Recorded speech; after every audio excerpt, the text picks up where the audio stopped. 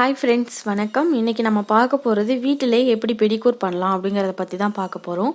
வீடியோக்குள்ளே போகிறதுக்கு முன்னாடி சேனலை சப்ஸ்கிரைப் பண்ணுங்கள்.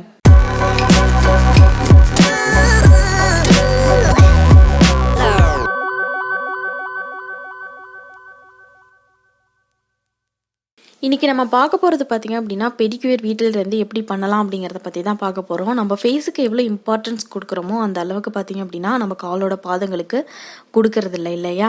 அழகு பார்த்திங்க அப்படின்னா முகம் மட்டும் இல்லைங்க, கை கால் எல்லாத்தையுமே அழகாக வச்சுக்கிறது தான்.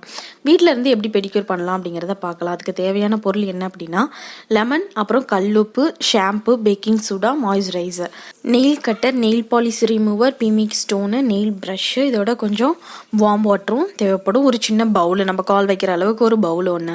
ஃபர்ஸ்ட் கால் விரல் நகங்களில் உள்ள நெயில் பாலிஷை ரிமூவ் பண்ணிடுங்க. அந்த நெயில் பாலிஷ் ரிமூவர் பார்த்தீங்க அப்படின்னா ஆல்கஹால் அசிடோன்ஸ் இல்லாத நெயில் ரிமூவராக இருந்தால் இன்னும் நல்லாயிருக்கும்.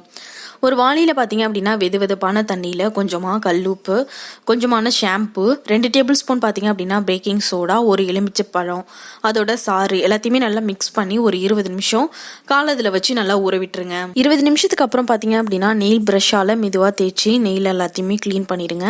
இப்படி பண்ணுறதுனால என்ன ஆகும் அப்படின்னா டெட் செல்ஸ் எல்லாமே பார்த்தீங்க அப்படின்னா ரிமூவ் ஆகும். இதுக்கப்புறம் என்ன பண்ணோம் அப்படின்னா உங்களோட நெயிலை கட் பண்ணுங்க. உங்களுக்கு எந்த மாதிரியான ஷேப் தேவைப்படுதோ அதே ஷேப்புக்கு உங்கள் நெயிலை கட் பண்ணிடுங்க.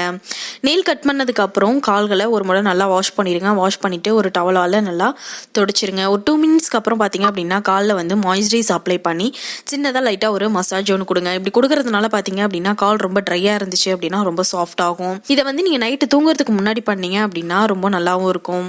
பாத வெடிப்பு இருந்துச்சு அப்படின்னா அதுவும் சரியாயிடும். ஓகே ஃப்ரெண்ட்ஸ், இந்த வீடியோவில் பெடிக்யூர் எப்படி பண்ணலாம் அப்படிங்கிறத பற்றி பார்த்தோம். மேலும் இது போல் வீடியோக்களை பார்க்கணும் அப்படின்னா சேனலை சப்ஸ்கிரைப் பண்ணுங்கள், லைக் பண்ணுங்கள், ஷேர் பண்ணுங்கள், பக்கத்தில் இருக்க பெல் சிம்பிளையும் கிளிக் பண்ணுங்கள். பாய்.